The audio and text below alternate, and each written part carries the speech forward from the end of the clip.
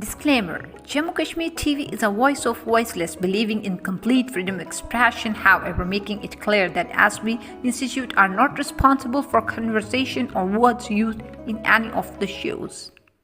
Right, Waseem, welcome to Diaspora Voices. What we try and do on this program is listen to the voices of people from within the Kashmiri community, first generation, second, third, whatever generation of people who are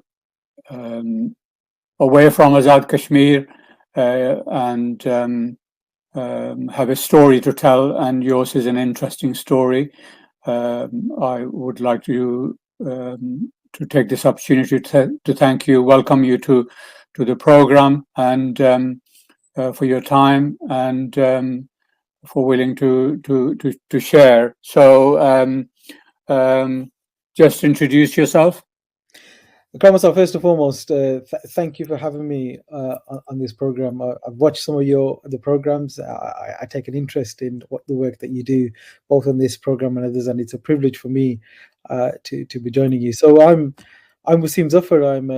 I'm a British Kashmiri, born and brought up in Birmingham, in the Lazals and Handsworth areas of Birmingham, where I've lived all my life. My father came from Azad Kashmir, the Dadial area of Azad Kashmir. As a young lad, he was probably in his early teens, if that, to join his elder brothers here. My mum followed in the late 70s, very late 70s, after she married my father, her husband, and we've lived in Birmingham, and in particular this area of Birmingham, all our life. In fact, I'm sat here in this house. I moved here 3 years ago, originally from just from around the corner on the Leonard Road. So very much a local boy who's really well connected to this area of Birmingham. I was privileged enough in 2011 to be elected a councillor to represent the area at Birmingham City Council, and have held a number of posts and positions of responsibility on the council since then. But yeah, that's a very brief introduction to who I am. Yeah, so from what you say and from what little I know of you and your family, your father sounds like the first of the what would be post-war migration phase, and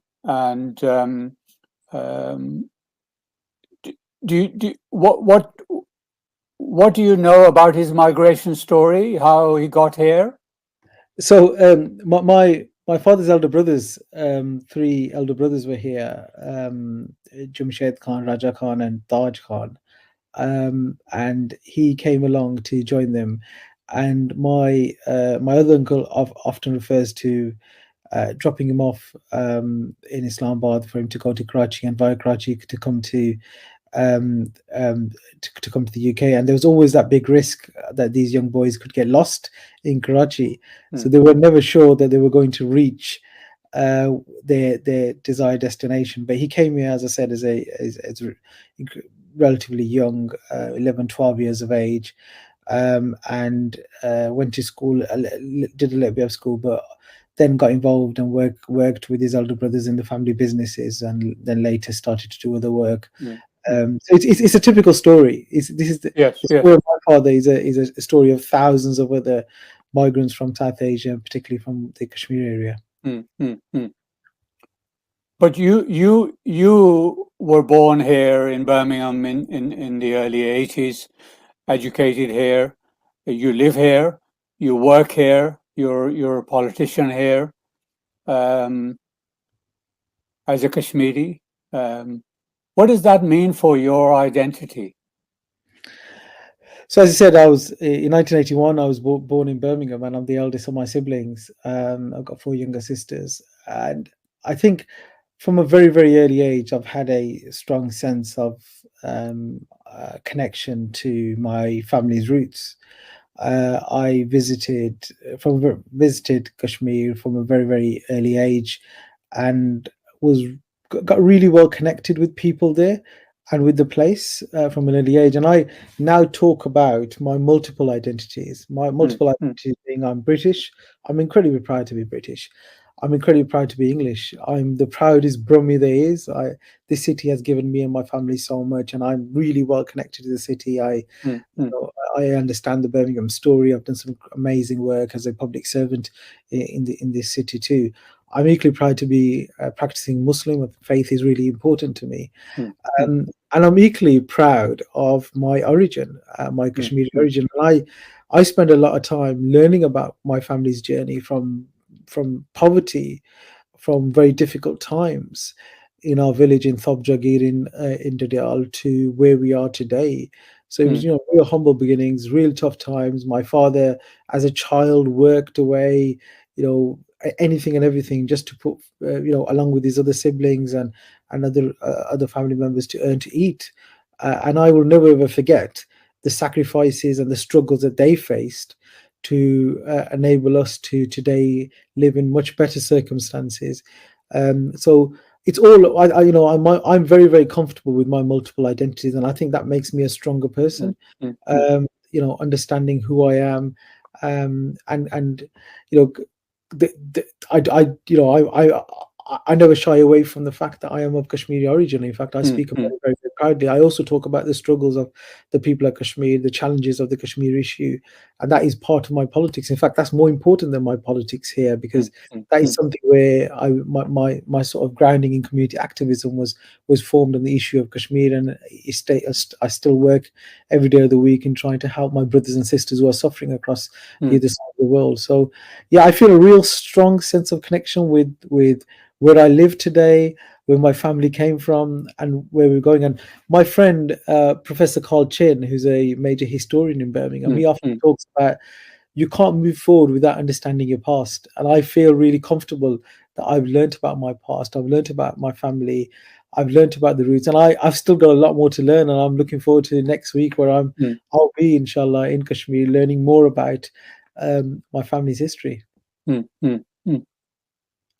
Yeah, I mean,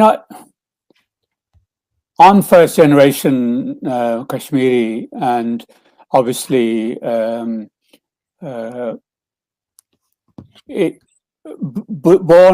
over there, and living most of my childhood there. For our generation, I think it was a help. It laid the foundation. But I'm fascinated with your generation, who are born here, and I know you are fluent in Mirpuri Pahari, and you're confident in your identity. I'm fascinated how that comes to be the way it is. Just help me to understand how you come to have your identity, your Kashmiri identity, your Birmingham identity. Who has helped you to explore and develop that identity? Was it family, school, university, community? How do we get here with this identity of yours? So my strong sense of connection to my Kashmiri roots is largely down to my family, to my immediate family, to my extended family, and to the people of my ancestral village. And I do accept that I'm a little unique. When I sometimes start speaking in Mirpuri Bahari, people ask me when did I come over. That's how fluent I am, and that's because that's how I communicated with my mom, particularly my mom. My father could speak a bit of English before he passed away. My mom understands some English, but the main way to communicate was in the mother tongue. But I think the real, when I used to go back to Kashmir, I had a lot of love from both my mom's side and my dad's side, my nani and my dadi in particular. And my dad's elder brother, my Taya, he was the Raja Kamal. He was somebody who I automatically connected to. And there was a Chacha who unfortunately was murdered many, many years ago. I was really close to them. And these people, they offered me a lot of love, a lot of affection. And through them, I was also able to see the beauty of my, my ancestral village, my ancestral areas, and started to develop a friends network there too. So when I got all that love and affection, I wanted to go back there again and again. I remember as an 8-year-old, I went over for my auntie's wedding, and my dad came back, and I wanted to stay an extra month. And so it was a real strong sense of connection. I remember it was only a few years ago. I said to my mum that I've now finished off paying my student loan that you take out at university to use on student fees and everything else. And she said to me, "Do you know what you spent most of your student loan on?" And I said, "I couldn't remember." And she said, "You spent most of your student loan and actually building the house that we've now got in Kashmir. Like my dad was building it, but I was contributing to it." And I remember now, back then in 2000, when we started building that and completed in 2003, I actually went across there. I think I was probably 18, 19. And I, worked on designing it, where I wanted it in the village and everything else. So it's right from a very, very early age, I was really well connected. And today, alhamdulillah, I have a very strong friends network. I have a very strong family network. I look forward to going back there. I look forward to taking my children there and my family there. So it's because, and when I'm there, I'm not, I some of my friends go across there and they behave in a manner which they find difficult to integrate into life there. And I very quickly integrate. I start playing the games that they play. I'll sit on the edge of a field and play cards with some of the elders of the village, sitting on stones or crates or whatever there is. And so some of those are my dad's friends. And when I start to play with them, they feel that pride in me. And it's a very, very, you have your village politics, you have your family politics, we all do, but there's such a lovely atmosphere across there in a very green U-shaped valley village of ours, which I love it. I love village life there. And I said this, I was on a visit there a couple of years ago. I was part of a visit with the Lord Mayor of Birmingham, the then Lord Mayor of Birmingham, and I landed in Islamabad, overnight flight. I can never sleep on flights. I got in the car and I was with somebody. I said, "Let me drive." Even though I was tired, I started driving. And when we passed, I was absolutely tired. But when we passed the famous Dangali Bridge, which is a connection from the Punjab to Azad Kashmir, from Patwar into Dadial, I just felt this energy in me, and all my tiredness and feeling lazy and sleepy disappeared, and I felt I'd reached my motherland. And I was at an event. I had to make a public speak, and I told him the story. I said, "Look, this is who I am, and I'm just really excited to be here.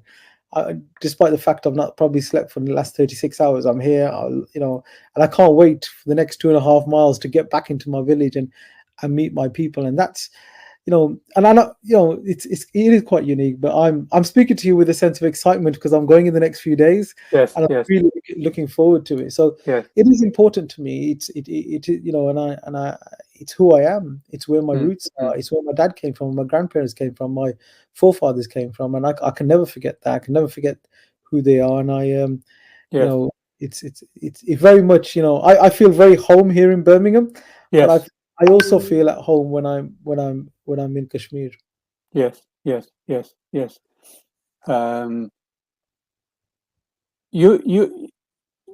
You're now a parent of 3 boys. Are you taking active steps, conscious steps, to help them stay connected with their Birmingham and Kashmiri heritages? Yeah, absolutely. My sons are 9, 5, and 2, and the 9 and the 5-year-olds have been to. They've been to Kashmir. Both of them were at my family wedding a few years ago, and in next week I'll be taking them with me because I want them, and they love the city. My 9-year-old is probably the biggest Villa fan there is. He's a huge fan of Villa Football Club. We're both season ticket holders. We have to do everything, including our holidays abroad, in line with Aston Villa fixtures and everything else. But he's really well connected. He understands what Birmingham is and the importance of the local football team, and they go to school here. And it's in a way, I'm taking active steps, and I encourage other parents to take active steps to introduce our children to their history. I want my children to be as well connected with their multiple identity as I am, but that doesn't happen naturally. As the story I've told, I didn't suddenly fall in love with my Kashmiri origins. I was there. I got a lot of love and a lot of affection and a lot of teaching and learning of my family, my friends, and my villagers. And I want to create those opportunities for my children too, because I think they'll be stronger and better people if they do understand the journey of how their family came here and they speak about it. They're fluent enough, and because they're knowledgeable enough to talk about their family's journey. I think it makes I think it makes me a better person, makes me a stronger person, gives me great opportunities, and I hope the same is for them. But I can't sit back. I often holiday in Turkey, I holiday in Morocco and Dubai, and my children love that. They want to go there, but I want them to say to me, and I said, I was talking to a friend a couple of days ago, and I said I'm taking them, over the summer holidays to Pakistan and Kashmir. But where I want to get to is in next year they say to me, Dad, let's go back there. And I want them to want to go back, but the only way they want to go back is if they enjoy their trip this time. And if I take them and I sit them down in 40 degrees heat in the middle of a village and do nothing for 4 weeks, I don't think they'll want to go back. But if we've got the facilities and today, then we can take them to other areas. We can show them what the beauty of Kashmir. We can take them to Islamabad, Lahore, and Murree and other places. They will want to go back. Why wouldn't they want to go back? So those are the active steps I'm taking. I'm learning off really my father and my mother and what they did with me. And I don't think it was intentional, but it was important. And I want them to meet my family there as well. I think some of what you're talking about is kind of happenstance, coincidence, unique to your situation. But many of the things you talk about, I'm also interested in those things happening for other people, for other children growing up from our community. You said that your identity kind of was born and developed in the family, in the Kashmiri community. But I'm in education, been in education for a long time. I wonder sometimes, what role is there for education, for schools? You went through, I don't know, 10, 15, 20 years of education yourself. Your children are going through. What role is there for schools, colleges, universities, adult education, youth services in Birmingham and places like Birmingham to work on children's identities, not just one identity, but multiple identities? So you obviously have been through the school system. I don't know what you remember, what you learned, what the school system did for you, what the university did for you, but you're a parent, with certain priorities. You want your children to be brought up with a particular sense of identities. What are your expectations of the school system here in Birmingham in such matters? What should they be doing? What should the teachers be doing? So your sons were in school this year, and they will be at school in September. So when the teacher says, to your children, your son, your eldest. So tell me what you did in the summer. And he said, oh, I went to Kashmir. Will the teacher be able to connect with that conversation? Will the teacher have the ability to connect with that conversation and really engage and enter the space your son is referring to? You ask a really important question, and I often talk about some of the challenges about disaffected young people, radicalization, and some of the other challenges we've had over the years in our community. Nails down to people being uncomfortable with their identities, and particularly those people who've got multiple identities. I think the first thing that we need to do more of is understand the history of where we live. I at school learned more about World War One, Two, Hastings, and historical wars than I did around the history of my neighborhood, which is sad.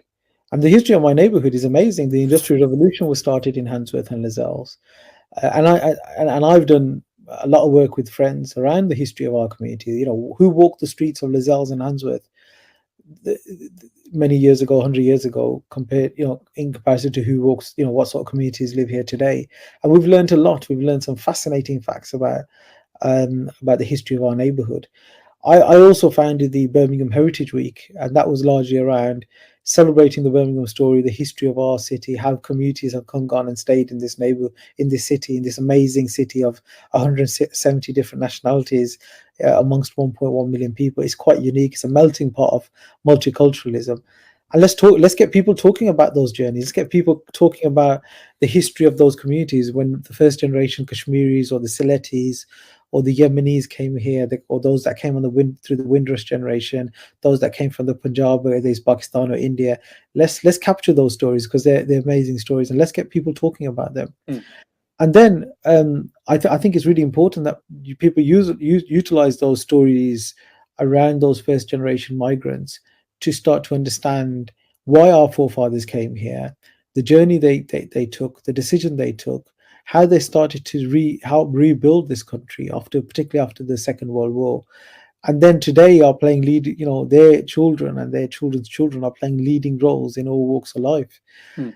So I think there's a real issue around and a challenge to schools, and schools are really busy. They've got huge challenges, not enough resources. But I think if we want to make our children stronger adults moving forward, we need to do work around helping them explore who they are as people, and that is both exploring where they currently live, where they were born, but also the journeys of their communities. And coming back to my story, I remember going to school, coming back from school, going to madrasa to learn about Islam, and then also going after that to Urdu classes with a gentleman, Master Raja Hamid Saab, who's a relative of ours. Master Saab used to have at times 70, 80 children, and we'd be reading and speaking and writing Urdu.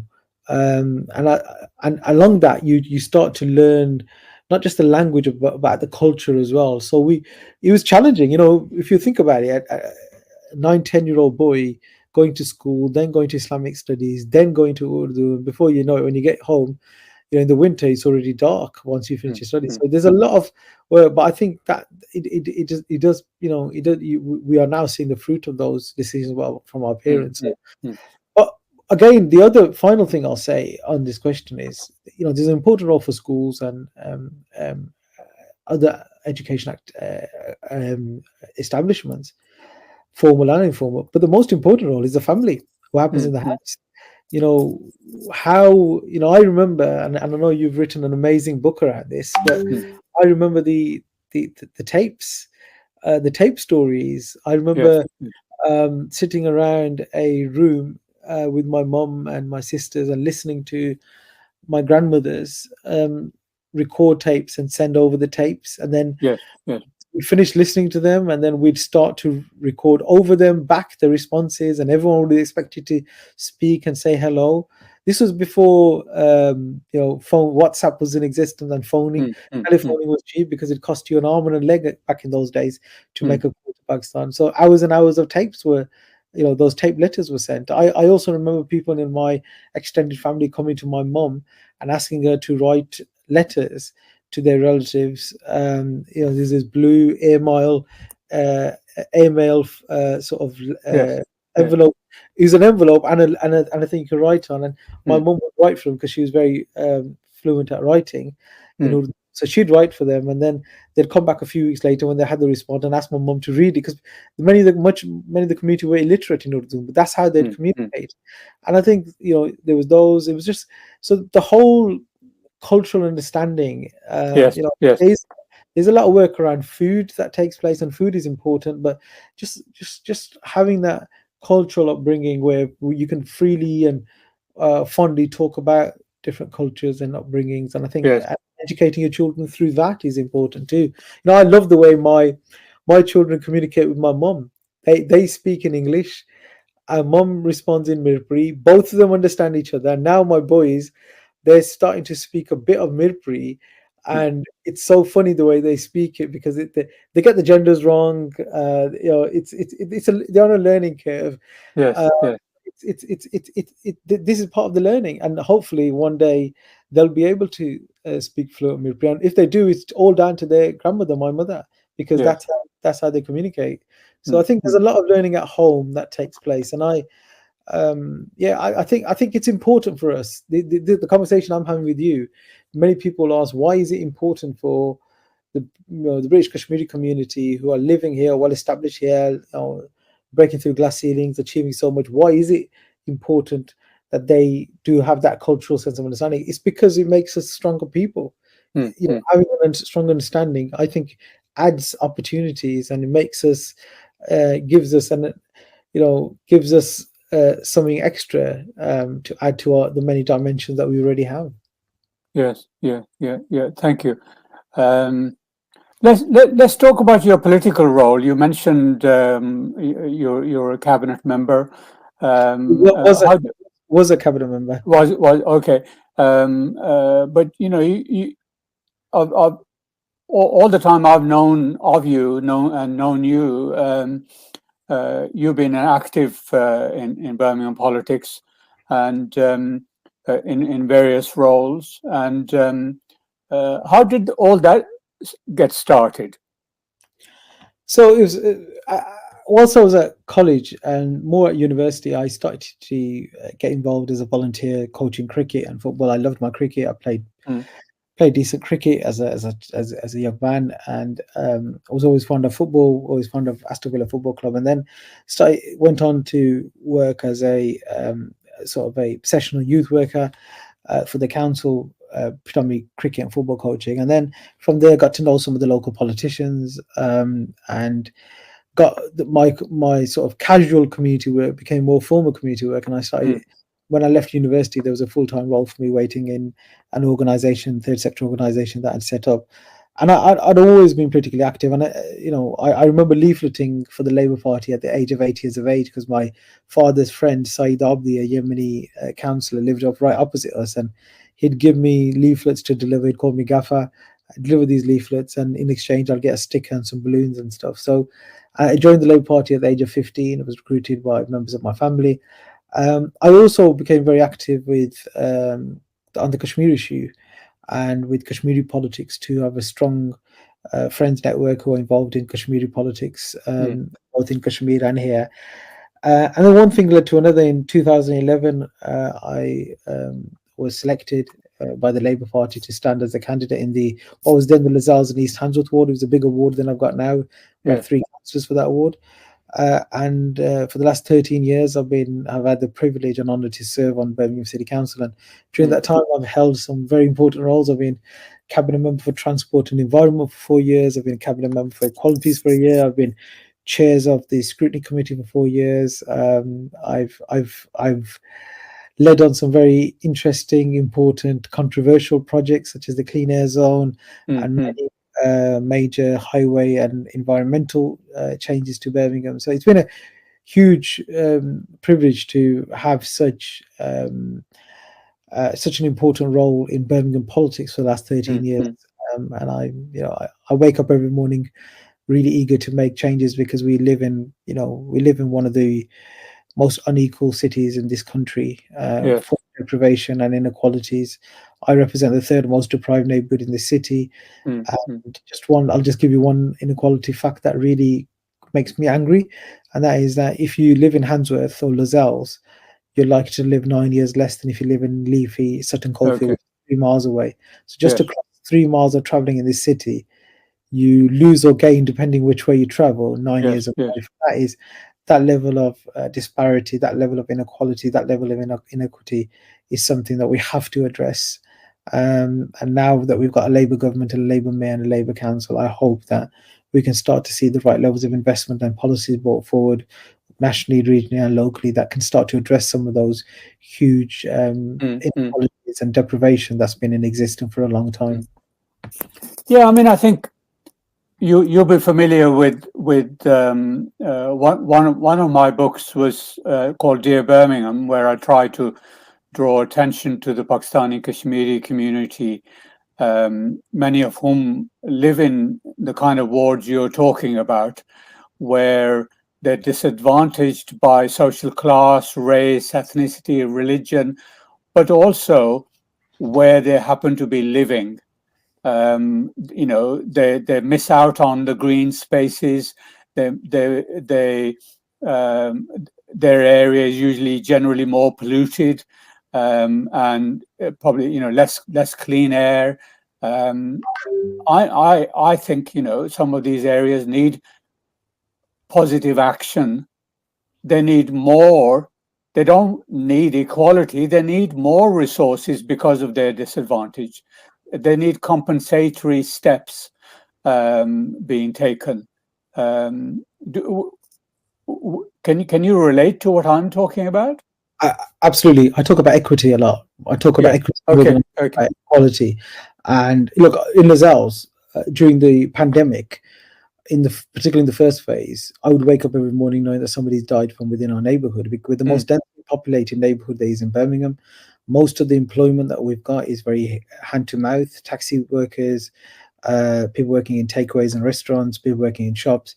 They don't have the luxury of sick leave. They don't have the luxury of working in places where they get 28 days annual leave or stuff like that. It's very hand to mouth, the gig economy as we call it. And we also had 3-4 generations living in one house, one bathroom, and we saw that disparity. And I called out some of the health services and said, it's your fault because of the lack of investment that I've historically had in my community, particularly around primary care services, which has made my community less resilient to take on the battles that the pandemic provided. And when you've got children going to school, grandparents and people working all sharing the same bathroom, because of the huge challenges around housing, the housing inequalities, you were gonna get this disease transmit between people. You couldn't stop it. So that's just one example, but I see examples, and I have families coming to me on my advice surgery where there's husband, wife, and 4 kids living in 1 and 2 bedroom flats. Yeah. That's unacceptable. I would never want my family to grow up in those circumstances and live in those circumstances. So why do my constituents have to live in those circumstances?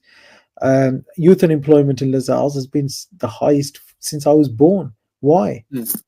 What's going on? We've got to, So I think you're absolutely right. We have to look at investing into people, investing into our communities, and I hope that in the coming years we will start to see that investment, because public services in this country and in this city are totally broken, and they need investment, they need rebuilding, and I hope when they're rebuilt taking into consideration that we have communities that really need support. And in work poverty is a real challenge. The cost of living crisis, there's huge. On Tuesday mornings, a local church on Lozells Road runs a soup kitchen, and what I've seen over the years, I remember launching that 10 years ago, and I thought, first of all, we shouldn't have this. Then, secondly, I thought hopefully this won't be around for long. It's still there. I was at their 10th anniversary the other day, and the other challenge is their queue was very small at the start. The queues wrap around half of Lozells Road right now. Why is that? and then, it's a very, very sad state of affairs in our city, in our neighborhoods, in our country, and we have to fix it. And I'm not, I always, when you point fingers at others, you also look at what you are doing. And I am an elected representative. I have been given a mandate by my constituents on 4 occasions, and they expect me to be part of raising my voice, support, advocating on their behalf to bring about the changes that are required. And I feel people like me need to do a lot more to tackle these issues, because these are people's lives that we're at stake. So, yeah, to answer your question, I totally agree with what you're saying. We need some real. I mean, I was asked to comment on Rishi Sunak, the fact that we as a nation had our first Asian prime minister. And one of the things I said was, I still think, and many people in the world and many people in our country still think, that we are a first world nation. We are a wealthy nation. And why have we got people who are going hungry? And why are we having people who are queuing to be given soup in a kitchen on a Sunday from a church? Are we a poor country? And it's quite shameful what's going on in our neighborhoods and our city and nation. So, like you, I have high expectations of the new government. You talked about health. I've obviously been focused on education, and I think in Dear Birmingham, my book, I did talk about health, but recently Birmingham has produced health profiles of different communities, and I would say one of the worst, probably the worst health profile is of the Pakistani Kashmiri community in Birmingham. Levels of obesity, diabetes, heart condition, death rate, you name it, it's there. And with 17% of the city being Pakistani Kashmiri heritage and growing every year, I think nothing short of a Pakistani specific health strategy is needed in places like Birmingham, and certainly in response to the health profile. So yes, there is much work to do. Just on that, I served for 8 years as a non-executive director on a hospital trust, Sandra West Birmingham NHS Trust. So I saw some of the health challenges very, very close up, and obviously public health is now sat at the local authority too.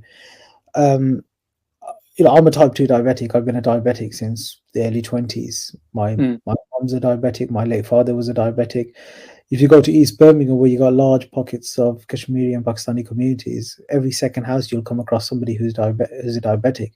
And this is diabetes is a lot around what we eat. Obviously, there's an inheritance aspect too, but there's a lot with what we eat, our lifestyles, levels of stress and everything else. So I think there's a lot of work to do around curing diabetes, but I think there's a lot of work around preventing diabetes. And I think yes. in the South Asian community, which is more where you're more prevalent to have illnesses such as diabetes, there's a lot of work we can do around awareness raising campaigns, a more balanced diet, ensuring that we got people going for little walks and getting some steps in and having the right level of exercise. And our diet is, for many families, is still the diet that there was a Kashmiri diet 3-4 generations ago, or probably longer. And back then, you were in Kashmir, you'd go and work in the fields, you'd work hard, you'd work hard in good weather, warm weather, hot weather. You'll sweat off a lot, so you could have 2 paranthas with some lassi and saag in the morning, and go and do that, because you can easily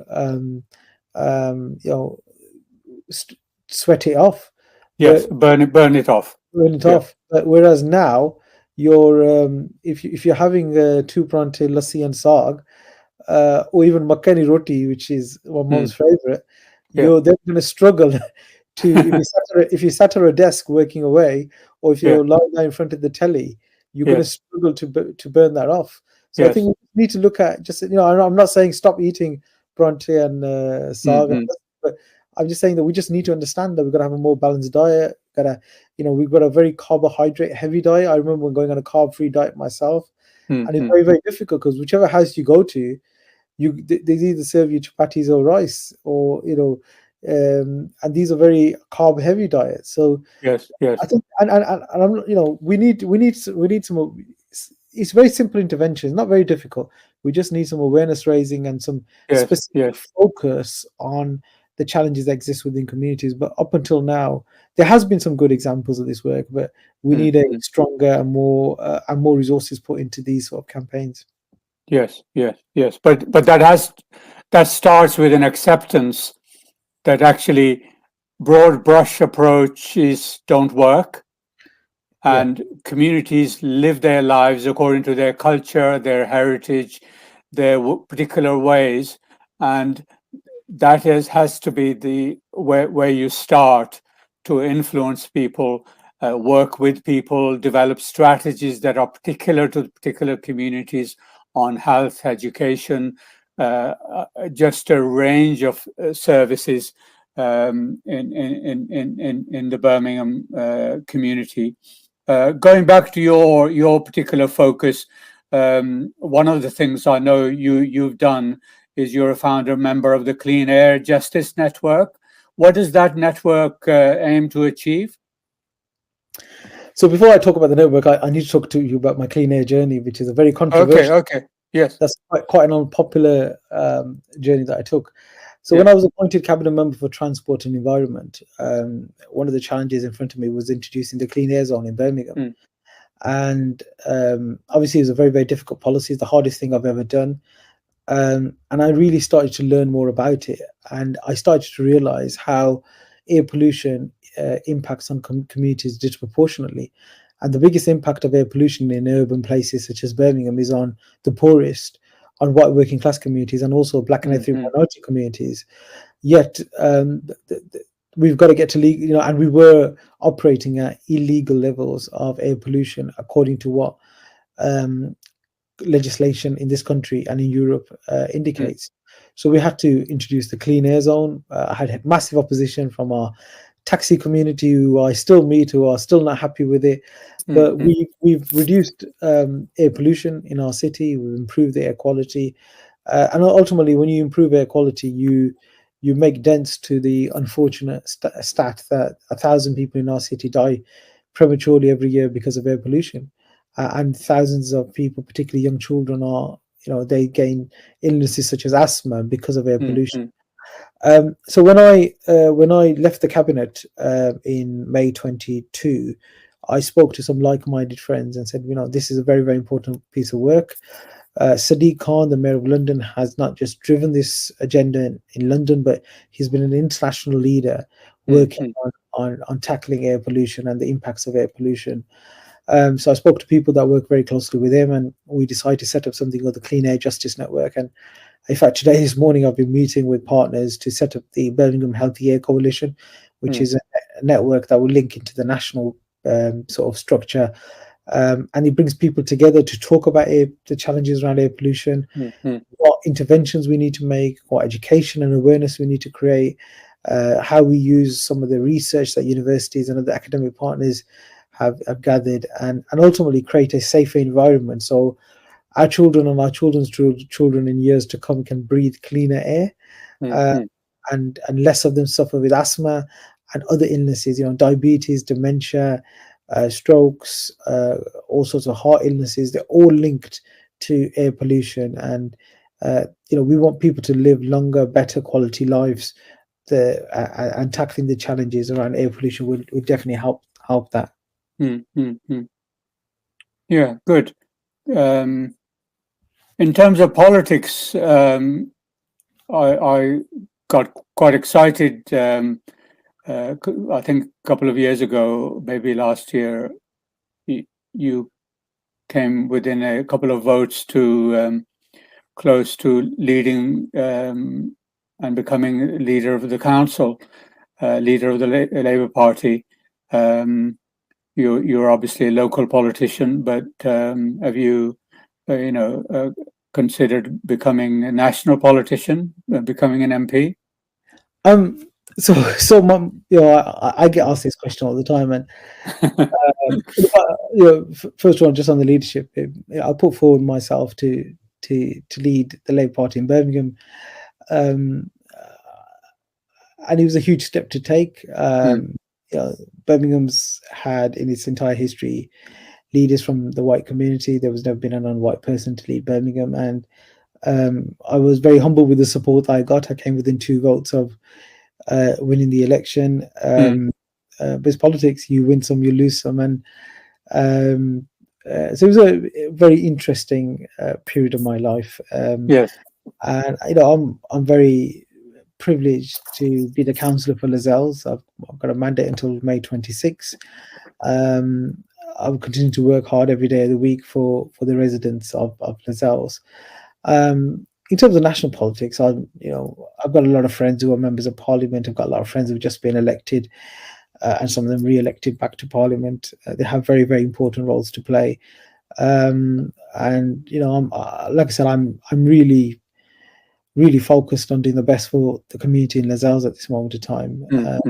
And you never rule anything out, but my children are relatively young. I know if you're a member of Parliament, you're literally living out of a suitcase between your constituency and between Parliament. It's not an easy lifestyle, but so at this moment of time, there's no plans for national politics. It's all about serving the people at Lascelles. Yes. No, that's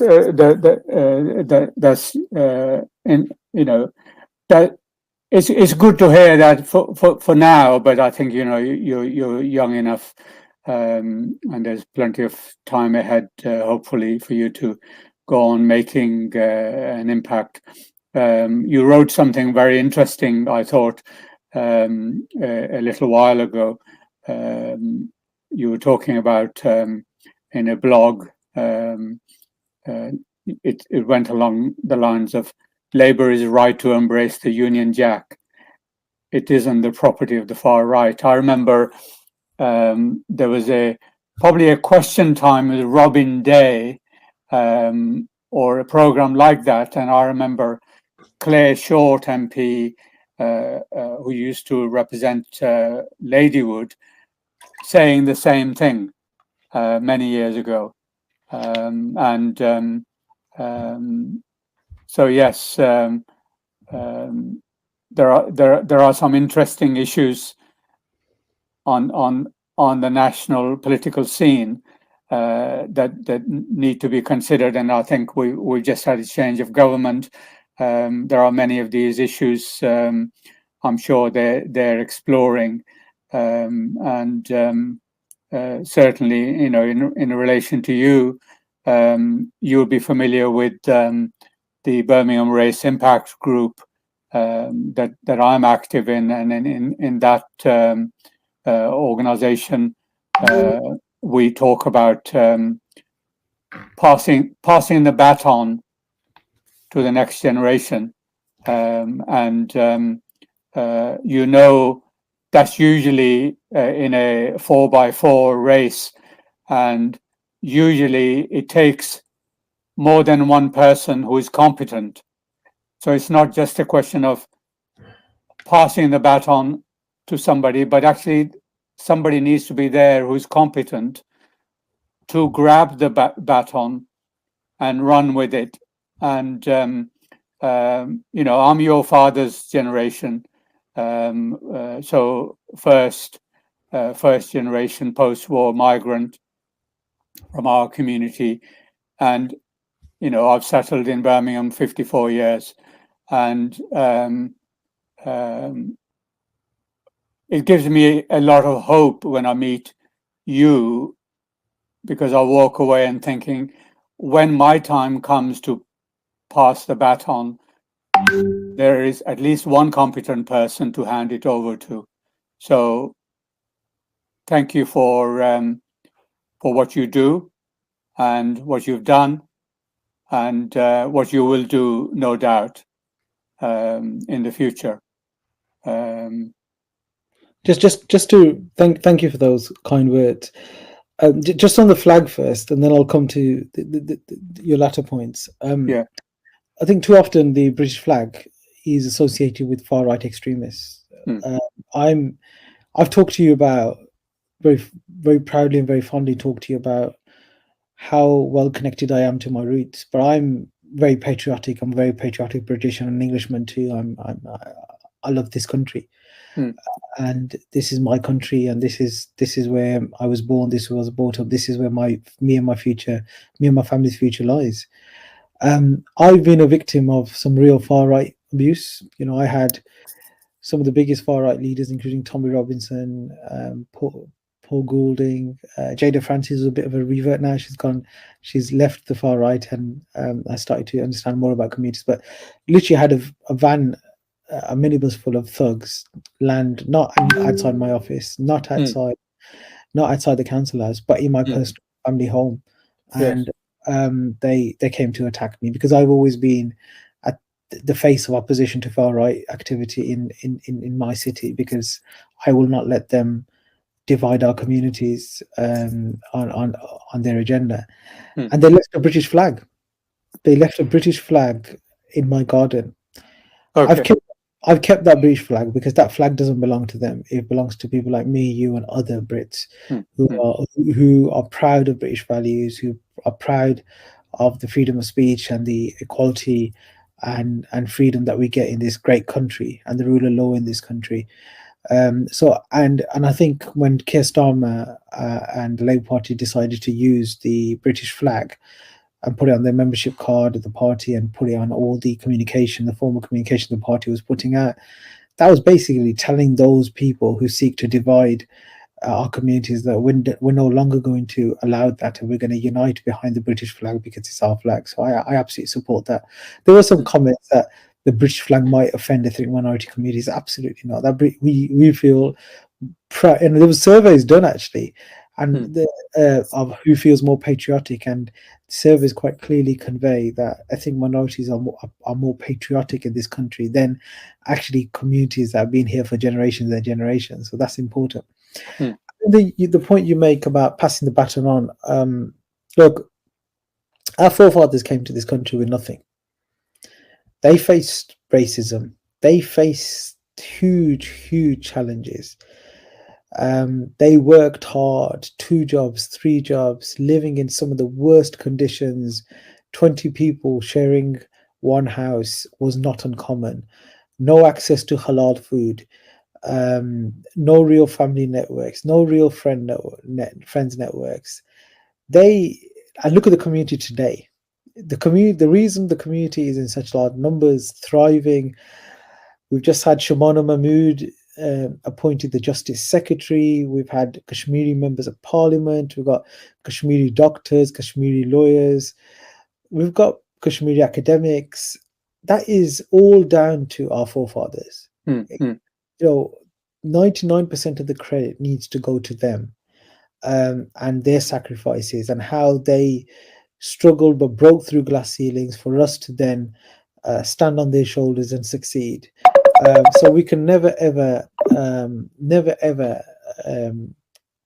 dismiss or forget their contributions. But you're absolutely right. The same way they passed the baton on, we have to pass the baton on to the next generation, and we're really bad at doing that as a community. Really bad at passing batons on. I see my role as, and I'm really proud that I've helped some councillors develop political careers. I go and work in schools. I go and work in colleges and youth centres, because a real important part of who I am is developing the next generations of leaders who are going to achieve more than me, who are going to be better than me. I will step aside as the councillor for Lozells the day I meet the person who's going to do a better job than me. That could be tomorrow morning. That could be in 2 years' time. That could be in 4 years' time. And I want to have played a role in developing that person, because then I can sit back and say my legacy is this person's gone on to achieve good. And people, leaders shouldn't feel insecure when people are better than them, and they come through. We need to step aside and let people grow. So passing the baton on, leaving a legacy, developing the next generation of leaders, helping people break through glass ceilings. This is all part of who I am, and why other leaders need to also adopt this sort of strategy. Yes. I often use the phrase that I'm passing through the council chamber. And I am. All politicians are passing through the council chamber. We've had some great local government leaders pass through Birmingham Chamber, the likes of Chamberlain and others, Neville Bosworth, Dick Knowles, Albert Bohr, huge names. And these people, Albert's still there, but others aren't. People go on and move on. Some of them have passed away. Some of them are retired. I will not be in that chamber all the time. I'm passing through. So it's how we can develop the next generation of leaders. And that unfortunately doesn't happen naturally. In some privileged communities it does, but what we have to do in some of the communities that we work in is we've got to help people. We've got to raise aspirations. We've got to put positive role models in front of these people and help them want to achieve this and want to break through glass ceilings. And one of the things I do often, and I've just finished this project, is I take children from my local schools into the council chamber. Because as a 10-year-old, I was a pupil of Heathfield School in Lascelles. I went to the council house to meet the then Lord Mayor, Sir Bernard Zisserman. I still remember it. I'm talking about it right now. I want these children to go in there and go into the chamber, make speeches, talk about their communities, talk about democracy, learn about democracy, and that will hopefully one day empower them to go on. You talked about Rishi Sunak. Why can't in 10 years' time the Prime Minister, or 20 years' time the Prime Minister of this country be a young person in a school right now in Lascelles? That's that level of aspiration we need to instill into these children. Yes. Yeah. Thank you. Yes. You were talking about going to Kashmir, and you mentioned Down Gully, the bridge that divides Pakistan and Kashmir. It kind of momentarily took me back there, because when I remember the old bridge, and as soon as we were on that bridge, we knew we'd left Pakistan and we were in Kashmir, and you'll be going that way. Just remember when you're going through Saraiki, and you're leaving Saraiki, and you're on the bridge from Saraiki to Khurd Pira. Just on the right is the village, my little village. Just wave hello to it as you go past. Give my regards to it, and enjoy your trip, and enjoy time with your family, and keep well, and keep doing what you're doing. Karamat, thank you for inviting me to share my story, but more importantly, thank you for everything you're doing and you've done for many years. You're an outstanding leader in our community. You do hugely invaluable work. Your research is immense, and people like you are part of the reason we've achieved so much, and we're going to go and achieve more as a community. So thank you. Thank you for those kind words.